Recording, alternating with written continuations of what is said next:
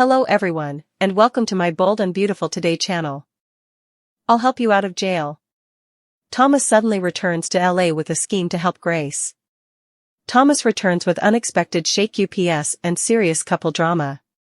Matt Atkinson will be back on the air in roughly 3 to 5 weeks now that he is back filming. Thus, September will undoubtedly arrive. The fans are ecstatic. I'm sure I'm ecstatic. Everyone has been asking, where is Thomas Forrester? What time will he return? Will Thomas Forrester make a quick or long-term comeback? There are two possible outcomes for Matt Atkinson's character's return, either short-term or long-term. Let's discuss those potential outcomes. To be honest, the worst-case scenario is that Thomas returns with Paris Buckingham just in time for their wedding at the Forrester mansion. The departure is final after Thomas and Paris depart LA once more. I don't trust Brad Bell just because they're making such a huge deal out of his return. That's all I'll say. Wyatt Spencer was brought back for closure, as you may recall, long enough to give him the beach house keys and declare, "Oh, I'm off to live my best life out of LA." After writing Darren Brooks out, they brought him back for closure to tie everything up in a tidy bow. History of Bold and the Beautiful. Supporters worried about Thomas Forrester's destiny. Fans have been waiting for Thomas to return, so it would be terrible if that's what they're doing with Matt Atkinson. The best-case scenario is that Matt Atkinson will remain with the team and return to his contract as Thomas. If such is the case, many characters will experience significant changes. There's no doubt about it. I hope Thomas's return will completely take Logan by surprise. Diamond White, by the way, has not indicated that she will be coming back. She has other projects going on. That doesn't mean she won't return for a few more episodes to marry Thomas before departing. By the way, Diamond White is working on additional projects in the long run. Paris Buckingham, Hope Logan, and Carter Walton in the B&B love mix. Hope's life has seen a lot of changes while Thomas has been away. Hope and Carter Walton are engaged. She and Liam Spencer are on an emotional roller coaster. Remember that Thomas is engaged to Paris Buckingham, Grace's daughter, as far as we know. Thus, Hope Logan's kid, Douglas Forrester, will have a step-grandmother in the form of the insane doctor who conned Liam Spencer. Is Henry Joseph Samry reprising his role as Douglas Forrester? Additionally, there is no corroboration of that. We're going to see father and son, I suppose.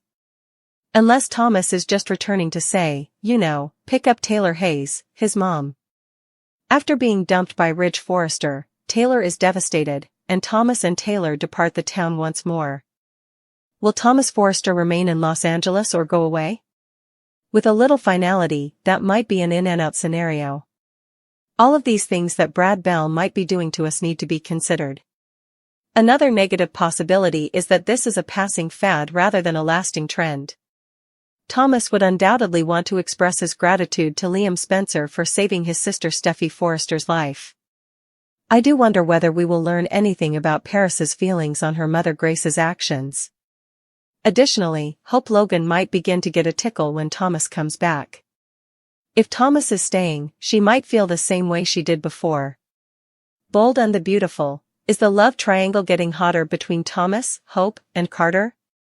As you recall, Thomas was the one who broke up with Hope after she rejected his proposal. Therefore, even though they have just been dating for 5 minutes, he might be shocked to find a ring that Carter placed on her finger. Hope truly loved Thomas, in my opinion. If Hope could, I believe she would still be with Thomas today. Moment he and Paris returned, if he hadn't left town. As you recall, Hope Logan attempted to persuade him to break up with Paris Buckingham and get back together. If Hope Logan didn't feel strongly about Thomas's return, I would be shocked. Carter should be concerned about this, particularly if Paris and Thomas don't return. B&B predictions. Will Thomas Forrester and Hope Logan reunite? Hope might desire to be with Thomas once more if he returns unmarried, announces that his engagement to Paris is over, and decides to stay in Los Angeles. Maybe she'll be pulled right back in. A couple's upheaval like that could result in another one. Daphne Rose, who is now back in the running, may win Carter over. All of this is happening at a really intriguing time. I even imagined Thomas and Daphne plotting to separate Carter and Hope. On Bold and the Beautiful, I would absolutely be interested in seeing a plan like that. Ivy Forrester, Carter Walton, and Daphne Rose cause a stir. Thomas may occasionally be a terrible boy, as we all know. I could picture him planning with Daphne if he's returning for Hope. Since Daphne and his sister Steffi are close friends, Thomas ought to know her. It would be very logical. As you recall, Steffi begged Daphne Rose to come and separate Carter and Hope, which is why she initially traveled to Los Angeles. Thus, Thomas and Daphne Rose might be plotting this time. Daphne and Carter are attracted to each other. It seems to me that Hope still harbors feelings for Thomas. In addition, many Thope shippers would be thrilled to see Hope and Thomas together again. For ratings, it would be fantastic. Ivy Forrester, Liam Spencer, and B&B's romantic twists, Bold and the Beautiful. It goes without saying that Hope and Liam Spencer have become closer in recent days. However, Ivy Forrester is smitten with Liam and wants to be back together. I'm willing to wager that Ivy will soon see Liam and express her feelings to him. Naturally, Ivy will be shocked to learn that Grace was pretending to have Liam's brain cancer. So that Liam and Ivy's spark could be seen. Hope might lean in Liam's direction. However, I believe he might tilt toward Ivy. She might be involved. It would be intriguing to switch couples 3 or 4 ways now that Thomas is back. Shakeups of B&B couples, Hope, Carter, Liam, Ivy, and Daphne. Naturally, Hope and Carter are still engaged, at least for the time being. Do you think Hope, Liam, Carter, Ivy, and Daphne's lives would become chaotic as a result of Thomas's return?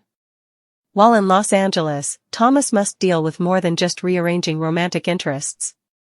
He must face his father, Ridge Forrester, about renouncing his relationship with Brooke Logan and so shattering his mother Taylor's heart once more. Thomas will be angry with Ridge Forrester, his father. We are aware that Steffi will also be extremely distressed. Before Steffi returns, Thomas should be back in Los Angeles. After giving birth to her 5th child, Jacqueline McInnes Wood is presently on maternity leave. She is well past her due date, but she hasn't confirmed the delivery yet. She usually waits a few weeks after giving birth before telling anyone.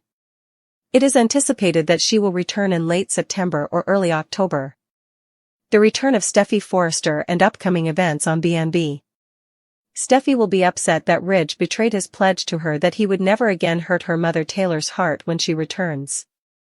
However, unless they push it into next week, that is just what he is doing this week.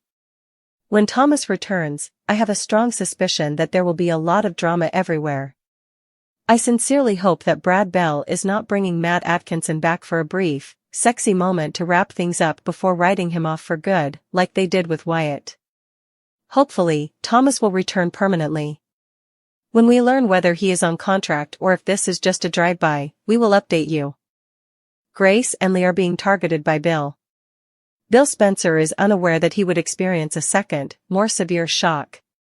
The immortal Luna Nozawa killed his son, even if Grace Buckingham never meant to. Hope Logan was present when Liam Spencer had his dramatic talk with his father. That backup was significant and connected to another emerging narrative. What Bill cared about, however, was that a nurse who had sworn an oath to protect her patient had purposefully injured his son. Grace is at the top of his hit list for this reason. Grace Buckingham was feeling captured. Why hadn't Grace called the police? The simplest explanation is that she wasn't thinking clearly because she was afraid. She thought Bill would forcefully assist her because of the complex fake that Liam had a brain tumor, and he did. Bill was unaware, however, that the $1 million he electronically sent to Grace ended up in the hands of her ex-husband's bookmaker. Indeed, the tale surrounding Reese Buckingham's gambling debt, which started years ago, is still being explored during the day. If Grace had acted honestly or logically, Bill probably would have assisted her. To be written through a plot line where Liam found out about the threat she was facing, she only needed to report it to the police. There would have been no need for her to tell the falsehood if he had told Bill that.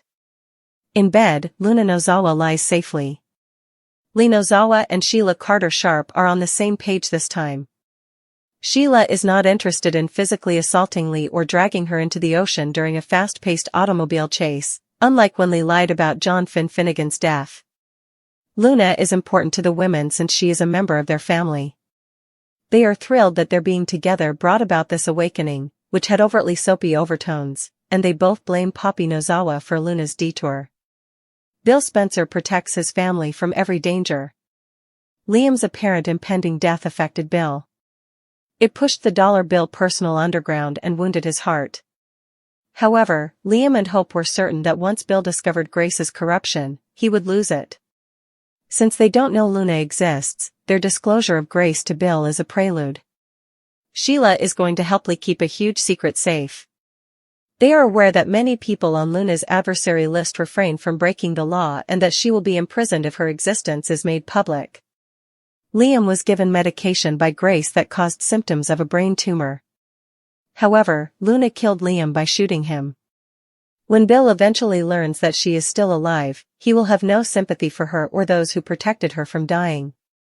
Thomas stepped off the Greyhound bus, the ghost of his past clinging to him like cheap cologne. He hadn't planned on ever returning, not after the messy implosion, the accusations hurled like shrapnel, the way Grace's eyes, usually sparkling with a fierce, almost reckless intelligence, had clouded over with a betrayal so deep it felt like a physical wound, a wound he'd fled, nursing his own bruised pride and shattered illusions in the anonymous sprawl of Phoenix. But the news, filtered through a garbled, late-night phone call from a mutual acquaintance whose voice trembled with panic, had slammed into him with the force of a freight train. Grace was locked behind the cold, impersonal concrete of Twin Towers Correctional Facility, facing charges so serious they promised years, maybe decades, of her vibrant light being snuffed out in a cage. The details were murky, shrouded in the legal jargon and whispered rumors that always accompanied a fall from grace in this city, but the core truth was undeniable. The woman who'd once been his anchor, his co-conspirator in dreams both grand and foolish, was drowning, and the image of her proud shoulders slumped under institutional orange, her fire dimmed by fluorescent lights and echoing steel doors, became an insistent, agonizing tattoo on his conscience, impossible to ignore, a siren call. He was powerless to resist, dragging him back to the city that had chewed them both up and spat them out. He hadn't just packed a bag, he'd packed a meticulously constructed, audacious, borderline insane scheme, born in sleepless nights fueled by cheap diner coffee and the frantic scribbling of notes on napkins, a plan so fraught with peril it bordered on self-immolation, yet pulsed with a desperate, undeniable logic only visible to someone who knew Grace's world, its hidden currents, its fragile alliances, its corruptible corners, as intimately as he knew the contours of her face in moonlight. He hadn't come back for redemption, not exactly. The weight of their fractured history was too heavy for such a simple notion. He'd come back because the thought of Grace, his Grace, broken and forgotten in that concrete tomb, was a desolation he couldn't survive, a final failure too profound to contemplate. He navigated the familiar yet alien streets, the glittering indifference of downtown a stark contrast to the churning urgency within him, heading not towards some nostalgic haunt, but towards a seedy, pay-by-the-hour motel near Skid Row, a place chosen precisely for its lack of questions and abundance of shadows, a temporary command post where he could finalize the intricate, dangerous steps of his rescue mission. The scheme itself was a precarious house of cards built on leverage derived from a piece of forgotten evidence Thomas had stumbled upon purely by accident during their final, explosive argument years ago, a digital ghost on a corrupted backup drive he'd kept out of sheer, morbid curiosity, a smoking gun implicating a far bigger, far more powerful player than Grace in the complex financial web she'd allegedly torn apart. This wasn't about proving her innocence outright. The system was too slow, too cumbersome, too easily swayed by the narrative already constructed. No, Thomas's plan was darker, faster, infinitely more risky. He intended to use this buried truth not as a shield for Grace, but as a sword against the real architect of the crime, a shadowy figure whose reputation and freedom were infinitely more valuable than Grace's, forcing a trade, Grace's immediate, discreet release in exchange for Thomas handing over the evidence and vanishing, taking the secret, and the target on his back, with him forever. It required impeccable timing, nerves of titanium, and a chilling willingness to walk into the lion's den, to stare down a predator capable of crushing him without a second thought, armed only with the threat of mutually assured destruction. He knew the risks were astronomical: exposure, retaliation, ending up in the cell next to Grace, or worse, in a ditch off the 110. He knew Grace, proud and fiercely independent, might recoil at the method, might hate him even more for the perceived manipulation, for dragging her into another one of his chaotic plans. But seeing her through the scarred plexiglass of the jail visiting room, the defiant spark momentarily extinguished by institutional gray, replaced by a hollowed-out weariness that cut him deeper than any accusation, erased all doubt. Her eyes, widening first in shock, then in a flicker of something dangerously close to hope before settling into wary disbelief as he leaned close to the grimy phone receiver, his voice low and urgent, cutting through the institutional din, uttering the words that were both a lifeline and a potential death sentence: "I'll help you out of jail." In that charged moment, beneath the harsh fluorescent lights and the watchful gaze of indifferent guards, the past, with its tangled mess of love, betrayal, and shared ruin, collided violently with a terrifyingly uncertain future. Thomas wasn't just offering escape, he was plunging them both back into the treacherous undercurrents of LA's hidden power structures, gambling everything on a scheme woven from desperation, a dangerous secret, and the unshakable, complicated conviction that getting Grace out, by any means necessary, was the only thing left in his life that mattered, the only act that could possibly begin to atone for the wreckage he'd left behind.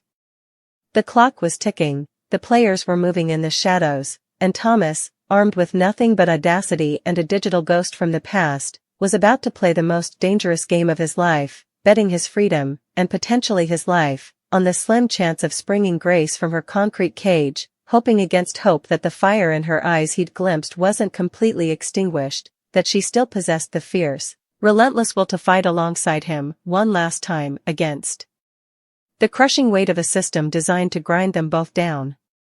The plan was set, a complex dance of clandestine meetings, veiled threats delivered through untraceable burner phones, and the careful, terrifying orchestration of pressure applied to the right vulnerable points within the unseen machinery of influence and corruption that truly ran the city. Every step was a potential misstep, every whisper could be overheard, every ally could be a disguised enemy, and the price of failure wasn't just a return to captivity for Grace, but annihilation for them both.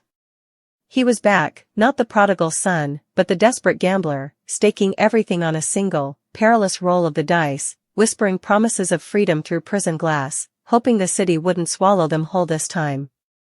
Bill Spencer's world, meticulously constructed on power, control, and an unwavering, albeit ferocious, loyalty to his bloodline, has been shattered not once, but twice, by the actions of two women he now perceives as monstrous threats to the very heart of his family. The revelation that Grace Buckingham, a doctor sworn to heal, intentionally poisoned his son Liam with medication designed to mimic the terrifying symptoms of a terminal brain tumor was a seismic betrayal that ignited the cold, calculating fury of Dollar Bill. Yet, this initial shock, potent enough to place Grace squarely at the top of his hit list, is merely the prelude to a far more profound and destabilizing truth simmering beneath the surface, unknown to Bill but poised to detonate his fragile reality. Luna Nozawa, the woman everyone believed dead, not only lives but is the actual perpetrator who pulled the trigger, intending to kill Liam outright. This intricate tapestry of lies, desperate acts, and unlikely alliances, particularly the uneasy truce between Lee Nozawa and the ever-dangerous Sheila Carter Sharp united by their shared love for Luna, sets the stage for an explosive confrontation where Bill's singular focus on Grace blinds him to the gathering storm protecting the true would-be murderer, ensuring his vengeance will be a double-edged sword cutting through layers of deception with potentially catastrophic consequences. Grace Buckingham's descent into criminality wasn't born of inherent malice, but of suffocating terror and catastrophically flawed judgment. Trapped by the menacing demands of her ex-husband Reese Buckingham's relentless gambling debts, a specter haunting the narrative for years, Grace saw no rational escape. Facing threats she perceived as existential, her medical ethics crumbled under the immense pressure. The elaborate ruse concocted, fabricating Liam Spencer's terminal illness, was a desperate gambit predicated on manipulating Bill Spencer's most fundamental vulnerability, his fierce, primal love for his children. She calculated, correctly in a twisted way, that the specter of his son's agonizing death would override Bill's cynicism and force him into action. The electronic transfer of $1 million, intended to silence Reese's creditors, proved her theory tragically correct. Yet, the profound tragedy and the root of Bill's incandescent rage lie in the agonizing simplicity of the alternative path Grace ignored. Had she possessed the clarity or courage to go to the authorities, revealing the extortion she faced, the entire sordid chain of events could have been severed. Liam, informed of the threat against her, would have undoubtedly relayed it to his father. Bill Spencer, for all his ruthless business tactics, has repeatedly demonstrated a willingness to deploy his considerable resources to protect those his family cares about, especially under legitimate duress. He would have moved mountains to neutralize the threat against Grace, shielding her and ensuring Liam's genuine safety, all without the poisonous lie that violated his son's body and trust. Instead, Grace chose deception, violating her Hippocratic oath in the most visceral way possible, not through passive neglect, but through active, calculated harm. To Bill, this transforms her from a victim into a predator who weaponized his paternal love, making her betrayal unforgivable and marking her as target number one, deserving of the full, unrelenting force of his wrath. Simultaneously, and completely unbeknownst to Bill, Liam, Hope, or Grace, a separate but equally volatile drama unfolds around the miraculously resurrected Luna Nozawa. Far from perishing in her presumed demise, Luna lies recuperating, shielded by the most improbable and formidable alliance conceivable, her mother, Lee Nozawa, and her biological grandmother, the notorious Sheila Carter Sharp. This uneasy coalition, forged solely in the crucible of shared blood ties to Luna, represents a seismic shift. Gone are the days of Sheila attempting to murder Lee during high-speed chases or Lee scheming to keep Sheila away at all costs. Luna's critical condition and the circumstances leading to it have forced these archenemies into a temporary, fragile ceasefire. Their shared narrative paints Poppy Nozawa as the root cause of Luna's veering off course, a convenience